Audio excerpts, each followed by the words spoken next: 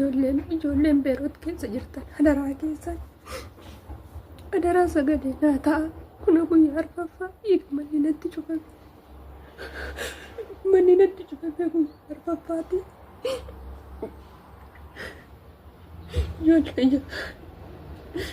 ijoollee achiis keessa jirtan adaraa keessa sagalee naataa mana amma jiru kanaati.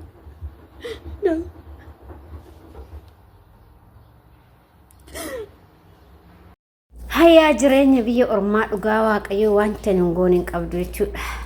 Akkuma viidiyoo jalqaba irratti agartanitti obboleettiin keenya tokko biyya Beerut keessatti maaloo rakkina hamaa keessa jira. Balballi natti cufamee jira. Maaloo na dhaqabaa na ajjeesuu heddii jechaa jirti. Eegduu nama gaddisiisa. Ofii akkanatti osoo xaarroo osoo akkanatti gamaa gamana utaallu har'a immoo biyya ormaa keessatti dararamna jechuudha. Dhugaa jireenyi biyya ormaa waan nun goone hin qabdu.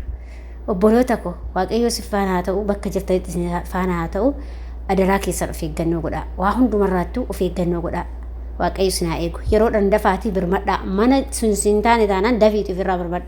Dafiitii akka imbaasii yookiin immoo biiroo yookiin immoo poolisiis ta'u akka si dhaqqabu taasisi. Maaliif namni gizee takkitti balbasitti xammamamee balbala sitti cufe si ajjeesuuf malee wanta biraa si gochuuf miti jechuudha. Maaliif nuti nu ajjeeses mirga waan biyya kana keessatti qabnu tokko hin jiru jechuudha. Nama nu mirmatu hin qabnu waaqayyo nu mirmati malee. Kanaaf obboleettiin keenya akkuma anaa akkuma si inni dalagadheettee biyyaa baatee har'a biyya ormaa keessatti dararamaa bu'aa jirtu jechuudha. Hedduu rifadhaan waan isaan beekoo ijoolleen akkatti hin qabdu. Doona ta'ee bakka isaan bu'ee gaafa laalu hedduu natti dhaga'ama jechuudha. Ashamaa akkam jirtu hordoftoota kabajamtoota chaanaala kootii kan biyya keessaa kan biyya alaa bakka jirtu itti nageenyi isiniif haa baay'atu. Akkam jirtu kan obboleettiin keessa nagaa guutuu qaba galata waaqayyoo isin jecha. Egaa hordoftoota kiyya warroon chaanaala kiyyaa faaraa taatan immoo sabskraayibii gochuu maamila keenya ta'aa wartaa jirtus galatuun wal faadhaa. Isinin jechuu jaaladha. Egaa akka obboloota koo akkuma viidiyoo jalqabaa irratti agartanitti nuti jireenyi biyya ormaa akkuma nuti ijoollee keenya dararaa jirtu itti fufaatuma jira ittuma cimaa jira jechuudha. Guyyaa guyyaadha wanti ijoollee keenya irra gahaa jiru. Waaqayyoon nagaadhaan kan nu baase nagaadhaan nu haa galchu hedduutu akkanatti dhagahame jechuudha. Maaliif nuti gaafa biyyaa baanu hin hojjetannaaf jijjiirra maatii keenya jijjiirra jenneeti malee wanta akkanaa kunniin nu ragaa jenneeti miti. Haa ta'uti mana gaarii badaatu jira nama gaarii badaatu jira mana gaarii badaatu jira jechuudha. Garuu haa ta'uti garuu kana keessatti immoo daftanii waliif mirmachuu qabdan. Keessattuu ijoolleen biyya ormaa jirru keessattuu qabamoota mana madaa'aa jirru dafnee walii mirmachuu qabna sagalee walii ta'uu qabna jechuudha. Gaafa ati sagalee naa taate ani sagalee sii ta'a jechuudha. Maaliif numatu walii sagalee ta'a numatu walii mirmata malee ijoollee namni nu mirmatu hin jiru bara biyya ormaa kana keessatti jechuudha. Akkanatti caartee akkanatti kana mana darraftee meel haala dhugaa rabbii jechuudha. Isinitti dhaga'amu ijoolleen kun kana mana darrafanii gaddeessanii ala maladee kana maladee dhiqanii garuu kana keessaa yoo hin dararamne jechuudha. Kana keessaa yoo hin tumamne jechuudha. Kana keessaa yoo hin reebamne jechuudha. Kana keessaa yoo nyaata dhabne jechuudha. Kana keessaa yoo wanni nu hin jedhamne hin jiru biyya keessa ta'e biyya alaa ta'e jechuudha. Hedduun ragaa garuu waan carraa keenya akkana ta'eef illee hin beekan. Hundumaafuu galata waaqayyoo jechuudha. Waan hunda fatanaa hunda arguun illee bareedudha. Namni gaafa fatanaa argu waan baay'eetti bahaa waan gaariittis bahuu danda'a waan ta'eef jechuudha. Kanaaf obsaatii dalagadhaa waaqayyoon obsallee isiniif haa kennu. Hundumti keessan immoo akkuma viidiyoota akkanaa kana warra agartan bira hin darbinaa dhugaa isiniin jedha. Obboloota koo ijoollee baay'eedha kan darramaa jiru. Kan ijoolleen waggaa lama dhufnee akkasii waggaa lama akkas taane ijoollee hedduudha kan jechaa jiran. Kanaaf jennaan immoo isin wanti gochuu qabdani waliif sagalee ta'uudha. Atis anaa sagalee ta'e anis ifan ta'a sagalee waliin tuffatin bakka waan qabduutti sheerii godhe. Viidiyicha sana agarte taanaan feesbuuk haa ta'u tiiktookii haa ta'u waanuma qabduutti sheerii godhe. Istoorii yoo tokko irra godhe namoota baay'ee argee nama kana baasuu danda'a lubbuu nama kanaa baraaruu danda'a jechuudha. Kanaaf obboleettiin keenya akkuma anaati akkuma si'iiti nan dalagadha jettee biyya ormaa dhuftee biyya ormaa keessatti darraa hedduu irra gahaa jira. Na cufanii na tumanii. Dhugaa rabbi ijoollee hedduudhaan maanuma waanuma dubbadhu wallaala dhugaa gizee mani tuktukii kana yoo seene kan boochuu fi kan ijoolluma boochu ijoolluma madaamin akkana nu gootee balbalanatti cufuu heddii na ajjeesuu heddii maaloo na dhaqqabaa maaloo akkas baqa waanuma akkasii kana nagaa oolu jechuudha. Garuu hedduu garaa nama nyaatti ijoolleen teenya jechuudha. Kanaaf obboleewwan koo waliif sagalee haa taanu hundumti keenya waliif sagalee haa taanu ati yoo sagalee naa taate illee sagalee sii ta'a adaraa keechan isin jechuu jaaladha. Waaqayyo sifaanji haa ta'u. Kanaaf nuti gaafa biyyaa baanu hin hojjenneet of jijjiirree maatii keenya jijjiirree rakkataa jijjiirree jenneeti malee rakkinni tokko yookiin immoo wanti tokko narra gahaa jenneeti miti jechuudha. maaliif rakkina biyya keenyaa iyyummaa biyya keenyaa beeknetti kan biyyaa baane ijoollee iyyummaa jiraachuu baatte biyya keenya keessaa wanti baanee har'a biyya ormaatti daraaramni hin jiru garuu iyyummaa mo'annaa jireenya mo'anna jenneeti kan waa hundarra gahaa jiru kan darraa heddurra gahaa jiru kan bu'aa bayii heddurra gahaa jiru kan ijoolleen keenya tumamaa jiran kan ijoolleen keenya reebamaa jiran kan ijoolleen keenya gudeedamaa jiran biyya ormaa keessatti dhiirri dhabamee miti wanti nu dhabnee baanin hiyyummaa keenya biyya ormaa baanee har'a biyya ormaa keessatti dararamne jechuudha.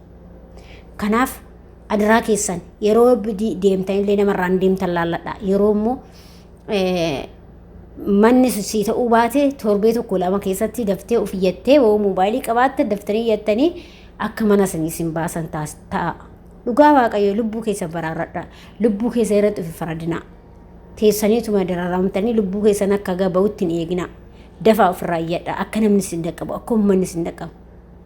Nama biraa hin qabnu biiroo nu dubbatu hin qabnu ijaarsii nu dubbatu hin qabnu mootummaa nu dubbatu hin qabnu mootummaan keenya Waaqayyo nu waa dubbatu waan shamarran biyya alaa kana olla bobeecha ibidda natti qabata waan isaan beeku maaliif hirriiba keenyatti dhabneetii bar hirriiba keenyatti dhabneetii ijoollee agamuu bulleetii mar meeqatu agabuu bulaa jira meeqatu dararamaa jira biyya ormaa keessatti hedduudha kan nama gaddisiisu. Kanaaf obboleewwan kiyya akkuma amantaa keessaniitis adaraa keessan calootii walii godhaaye calootillee walii godhaaye Waaqayyoon hunduma keenya wajjin nu haa ta'u. Kanaaf nuti gaafa biyyaa baanu waan nutti fakkaata gaafa nuti tola jenna gaafa biyyaa baanu garuu gaafa as geechee jettu dararaa mate jechuudha. Takkaa waan biyya keenya keessatti hin agarree argaa jirra jechuudha. Ijoollee meeqa maal hin boochi bara ijoollee meeqa kan dararaa jiran viidiyoolee waraabanii galakkisan meeqa jiran soosaan tumanaa jiran soosaan rukutaa jiran.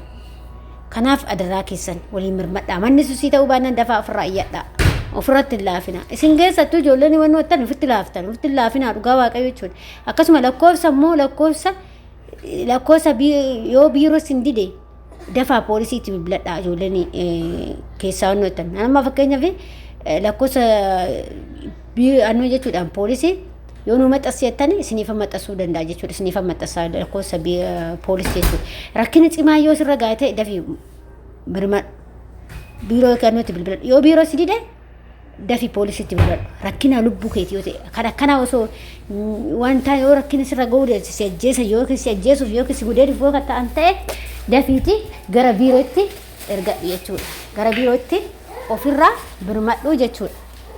Kanaaf adaraa keessan dafaati jedhaa yoo biiroon keessi dide immoo yoo fakkeenyaaf lubbuun ta'e kan taatu yoo taate lubbuu kee ba'uuf gaafatti jettu taate dafii poolisiitti bilbiladhu. Dhimma lubbuu ta'ee dhimma gudeedaa ta'ee dhimma waan nyaattu dhabde taanaan kana sadeen taanaan dafaa poolisiitti bilbiladha. Kan kanaan booda ishii yoo ciccaqacaqxee rakkoo hin qabu dhimma isaa hin kennaniif jechuudha. Kanaaf Waaqayyo isin wajjin haa ta'u obboloota kooyee Rabbi kan nagaa nu baase nagaa nu haa galchu Waaqayyo kan nagaa nu baase baatii keenyatti biyya keenyatti nagaa nu haa galchu isiniin jedha. Kanaaf wanta ijoollee keenyaa dubbatamee dhumu jechuudha. Hedduu garaa nama nyaanna. Nuti dhugaa Rabbii jechuudha baay'ee tokko dararamaa jirra biyya ormaa kana keessatti jechuudha. Kana ana qofa ana fi kiyyaa gan dararamutti eeguun qabu. Kan na biraan dararamu eenyudha obboleewwan kiyyaa miti. Kanaaf obboleewwan kiyya dararama jechuudha an dararame jechuudha. Qibamoo jechuun mana madam dararamte jechuun an dararame jechuudha hundumtuu tokko bara. Ilaalaa dhugaa Rabbii garaa nama nyaanna bara. Waaqayyoon xuruumii keenya nuuf haa dheeressu.